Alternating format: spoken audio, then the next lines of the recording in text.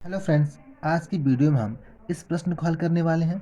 और ये जो प्रश्न है ये निर्देशांक ज्यामिति का है, ठीक है। और ये 2019 में आ भी चुका है। तो ये क्वेश्चन बहुत ही महत्वपूर्ण है, ठीक है। इसको ध्यान से देखिएगा।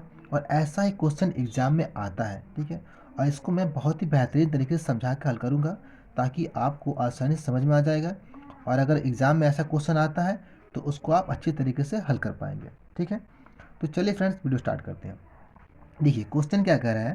क्वेश्चन कह रहा है कि उस बिंदु के निर्देशांक ज्ञात कीजिए जो बिंदुओं -1, 7 और 4, -3 को मिलाने वाले रेखाखंड को दो संबंधित 3 के अनुपात में विभाजित करता है।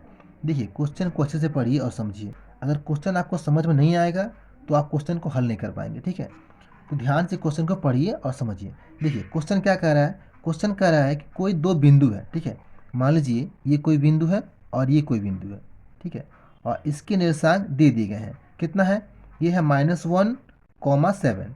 तो मान लीजिए इसका जो निर्देशांक है वो क्या है? -1, 7, ठीक है।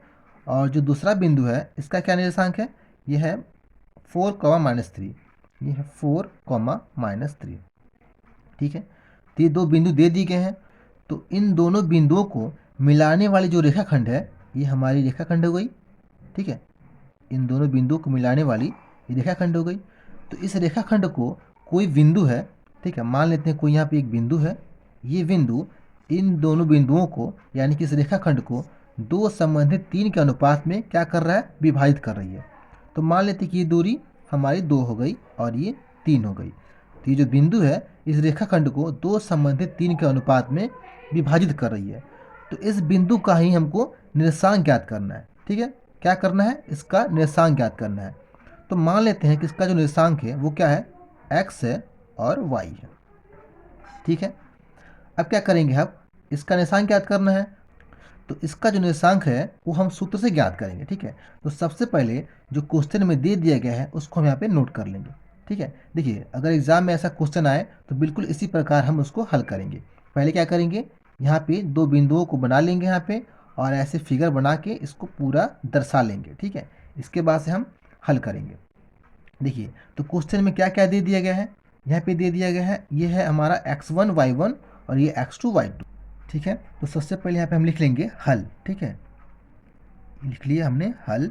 इसके बाद से जो क्वेश्चन में दे दिया गया है उसको हम यहाँ पे नोट कर लेंगे। तो क्या दिया है? पहले x1 बराबर कितना है? ये -1 हो गया, ठीक है। फिर y1 बराबर कितना है? y1 ये 7 है, 7। फिर ये x2 और y2। तो x2 बराबर कितना है? x2 बराबर है 4। और y2 बराबर कितना है? y2 बराबर है -3, ठीक है। और ये जो है ये है m1 और ये m2 है, ठीक है। ये हमारा हो गया m1 और ये m2। तो m1 बराबर कितना है? m1 बराबर है 2 और m2 बराबर हो जाएगा 3, ठीक है। ये जो दे दिया है क्वेश्चन में सबको नोट कर लिया हमने। अब क्या करेंगे? इसका सूत्र लिखेंगे यहाँ पे, ठीक है। यहाँ पे इसका सूत्र लिखेंगे। तो इसका सूत्र क्या होता है? सूत्र होता है x बराबर सूत्र होता है x बराबर m1 x2 और प्लस m2 x1 और बटा m1 प्लस m2, ठीक है। ये x बराबर होता है और y बराबर होता है, जो y का निर्देशांक है, तो y बराबर होता है m1 y2 plus m2 y1 बटा m1 प्लस m2, ठीक है। तो ये हमारा सूत्र हो गया इस निर्देशांक का। अब क्या करेंगे? हम इन सब का मान इस सूत्र में रख के हम x और y का निर्देशांक ज्ञात करेंगे, ठीक है। तो चलिए, तो पहले इन सब का मान इसमें रख के हम हल करते हैं। तो यहाँ पे लिखेंगे x बराबर m1 का मान कितना है? m1 बराबर है 2, 2 लिखा। और इन दोनों के बीच में क्या होता है? गुणा का चिन्ह होता है, गुणा होता है। तो लिखेंगे हम m1 यानी कि 2 और इंटू x2 का मान कितना है? x2 बराबर है 4। तो ये हमने 4 लिख दिया, ठीक है। अब ये प्लस m2, तो m2 का मान कितना है? 3 है, 3। इसके बाद गुना x1 x1 का मान कितना है -1, तो यहाँ पे लिखेंगे -1। देखिए ये -1 है ना, तो इसको हम कोष्ट में लिखेंगे, तो कोष्ट में -1, ठीक है। और बटा अब ये m1 प्लस m2, तो m1 का मान कितना है 2 है, और प्लस m2 का मान 3 है, ठीक है। इसी प्रकार इसका भी हम रख लेंगे सब मान, तो y बराबर m1 का मान कितना है 2 है, 2 इंटू y2 का मान कितना है, y2 बराबर है -3, तो -3 को हम कोष्ट में करेंगे -3, फिर ये प्लस, ठीक है।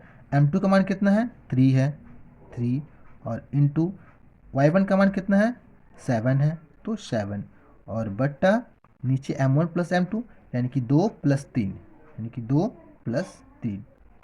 अब क्या करेंगे, अब इन दोनों को बारी बारी से हल करेंगे, ठीक है। तो पहले इसको हल करते हैं। देखिए ये x बराबर, देखिए ये 2 गुने 4 कितना होगा, 4 दूना का 8, तो 8 हो गया, ठीक है। अब यहाँ पे देखिए, अब इन दोनों को जब गुणा करेंगे तो ये प्लस है और ये माइनस है, तो प्लस माइनस जब गुणा होगा तो माइनस हो जाएगा, यानी कि 3 एकम में 3 यानी कि -3, तो यहाँ पे क्या हो जाएगा, ये प्लस ये माइनस हो जाएगा, तो ये माइनस का 3 होगा, ठीक है। और बट्टा 2 और 3 5, 5, ठीक है। अब इसको जब हल करेंगे तो ये कितना हो जाएगा, 8 में से 3 जाएगा तो 5 होगा, तो 5 और बटा ये 5, ठीक है। और 5 में 5 से हम जब भाग देंगे तो 5 एकम में 5, यानी कि x बराबर 1, ठीक है। x का मान कितना हो गया 1 हो गया।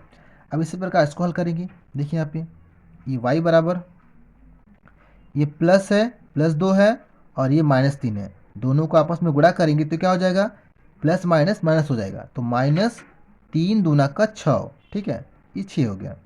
ये प्लस इन दोनों का आपस में गुणा करेंगे तो कितना होगा, 3 7 21, 21 हो गया, और बटा 3 2 5, ठीक है। अब देखिए अब क्या करेंगे हम, यहाँ पे -6 है और प्लस 21 है, तो इन दोनों को जब हल करेंगे, ठीक है, तो 21 में से 6 घट जाएगा, तो कितना हो जाएगा 15 होगा, ठीक है, 15 यानी कि प्लस का 15, और ये बटा 5, ठीक है। तो 15 में 5 से भाग देंगे तो कितना होगा, 5 तिहाई 15, 3 बार में, तो y बराबर कितना हो जाएगा 3 होगा, ठीक है।